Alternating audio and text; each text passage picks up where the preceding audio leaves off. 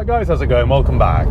Well, today I'm in this 2004 VW Bora that I've just bought from a YouTube viewer up in Skipton in Yorkshire. Now, I wouldn't usually rush out to buy a nearly 20-year-old car with nearly 150,000 miles on the clock, but I have a bit of a confession to make. I love the VW Bora. I've had several of them over the years personally, and they're just really good cars. I know it's basically a Mark IV Golf with a boot, and it's about as dull as motoring can get, but they're just really good workhorses. The last one I had was about 8 or 9 years ago. The reg was SK51CHZ. Yes, I am that geeky. That was a 1.9 turbo diesel, same as this, but that was automatic. It's quite a rare car, that. It had some really comfortable velour seats. Before that, I had a 1.9 turbo diesel again, but that was a manual. In fact, I even had one once when I was living in California, albeit it was badged as a Jetta, but it was basically the same car. I rented that from one of those rent-a-wreck type companies down in Santa Monica. I remember picking it up. I had very little interest in it, but I just needed a car. And I picked it up and I was paying about $500 a month for it. I remember picking that one up and I had no idea which model it was, but when I started it, it sounded quite throaty. Then I remember joining the 405 motorway back to North Hollywood, and I remember putting my foot down and it absolutely flew. It was so quick, that car. When I finally pulled up at my digs, I got out and opened the bonnet just to see what it was, and it turned out it was the 2.8 litre VR6. I really love that car. Had it for about, I don't know, 3 months or something. They always have that same VW smell about them. As soon as I got in this, it just evoked loads of memories. Anyway, a couple of days ago, the previous owner of this, David, got in touch and asked if I wanted to buy it. So obviously, I jumped at it. I can't remember the last time I had one. He described it as being in really good condition, and he said it's been really well loved over the years and well maintained. It's wanted for nothing. And he wasn't wrong. I mean, it's done 149,000 miles, but it's really solid, really strong. In fact, the only couple of faults I've found with it on my drive back from Skipton is the fact the cassette player doesn't work. We've currently got a cassette jammed in there. And the central display there in the gauge cluster's all pixelated, as they do. But that's it. It doesn't smoke when you accelerate, it pulls really well, the air conditioning works. It's a really nice car. I'm not exactly sure what I'm going to do with it yet, but I have considered keeping it. I could just use this as a runaround car, couldn't I? Something that'll do 50 miles per gallon and probably never leave me stranded. Wait until you see the history folder on this. It's unbelievable. It's thicker than an Argos catalogue. It's had 2 cam belt changes, and I've even got the original advert from when the previous owner bought it. He bought it from VW when it was 3 or 4 years old. I love to find this sort of stuff. It's just really genuine and loved.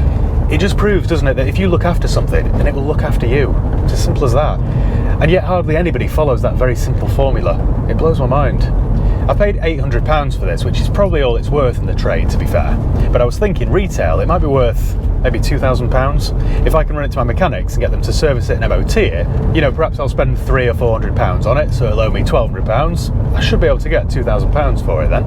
It's a really good spec, this as well.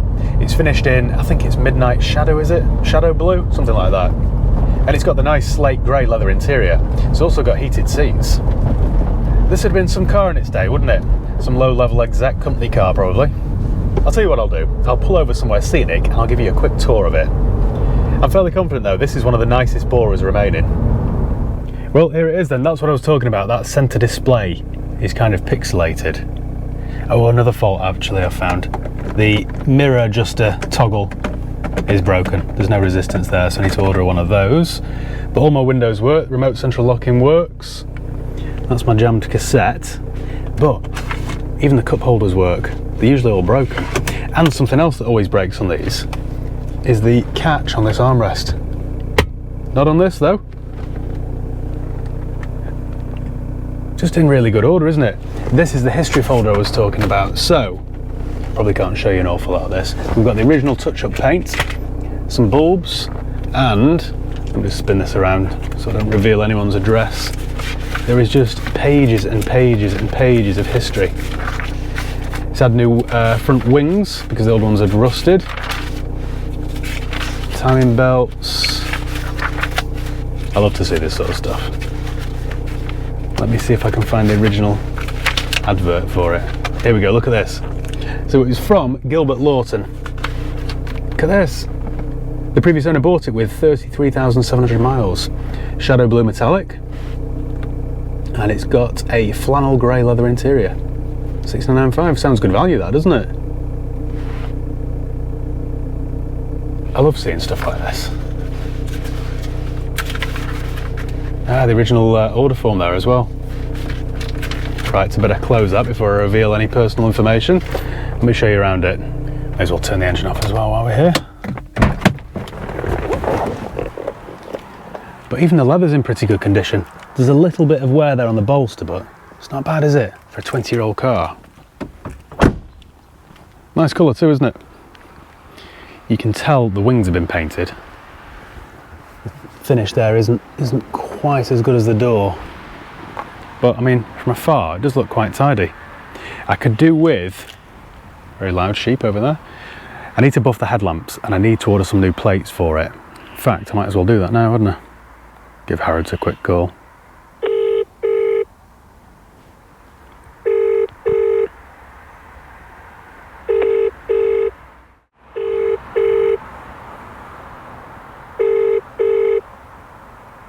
This isn't a good advert for them, is it? Is it half day on a Wednesday?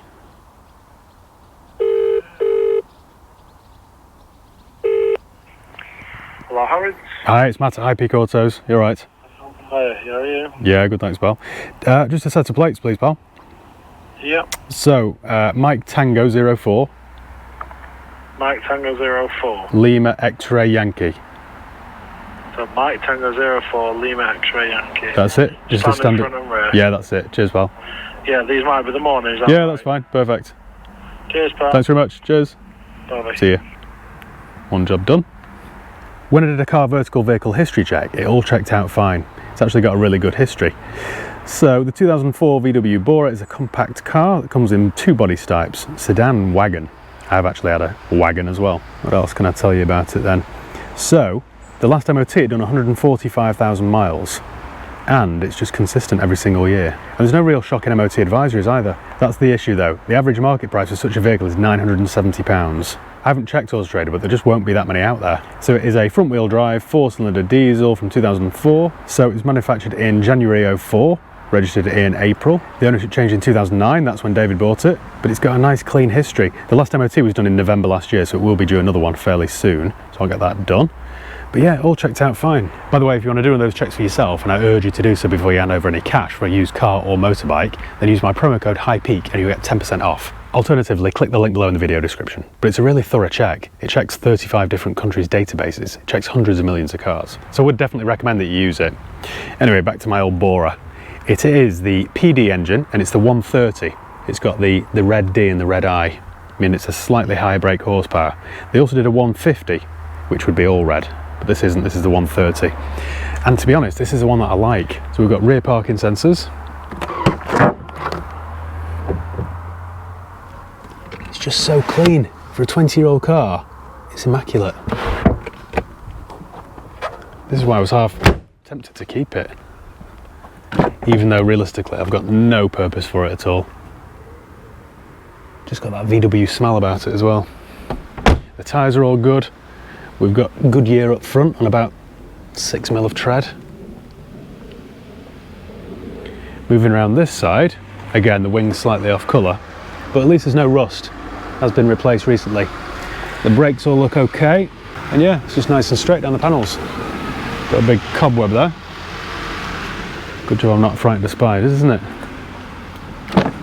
No rust. Oh, actually saying that, there's a little bit there. Little bit. But yeah, what do you think? Am I being weird for being this enthusiastic about an old Bora? I probably am.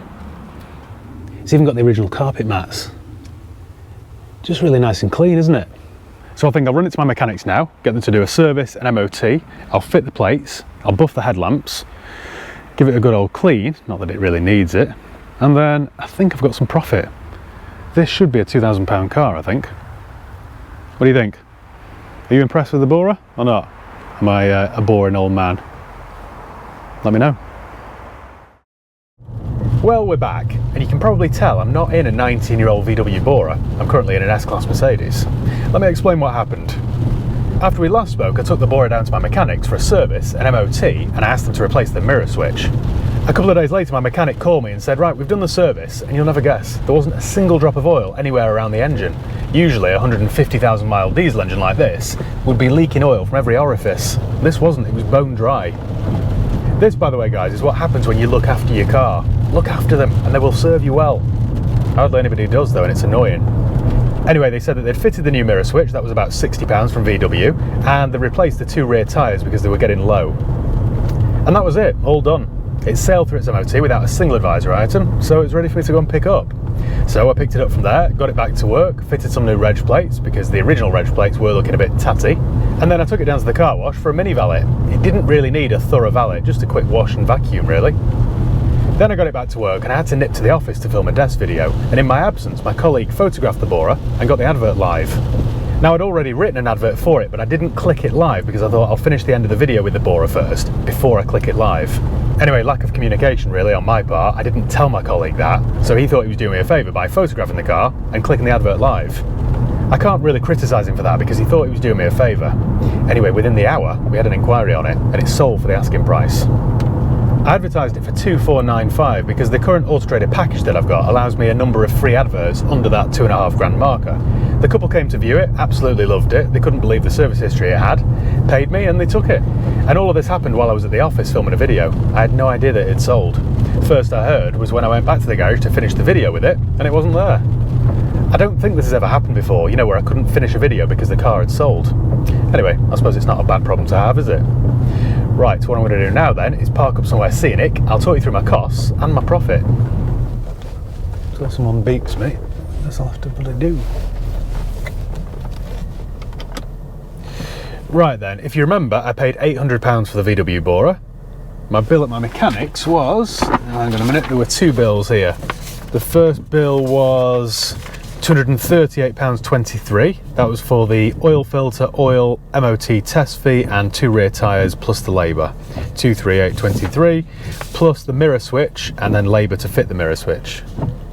That's a bit pricey actually, isn't it? Could have probably saved some money and done that myself. So we've got £800 for the car, 11424 for the mirror switch, plus the service 23823, plus £15 for some new reg plates, plus £15 for a mini valet. That takes my total to £1,182.47, which means I've only gone and double my money. I got 2,495 for it. 2,495 less 1,182 leaves me a grand total profit of £1,313. Quite pleased with that. As a return on investment, you know, for an £800 outlay, that's a very good return, isn't it? And I'm pleased for the people buying it too because they've genuinely got a really good car. So I think that's about it. Thank you once again for watching. Make sure you give the video a thumbs up if you enjoyed it. Make sure you subscribe if you haven't done already. You can follow me on Facebook, Instagram, Twitter and TikTok. If you're interested in getting into the used car business, then check out my course. I've created an online course with nearly 100 videos which explain every single aspect of the used motor trade.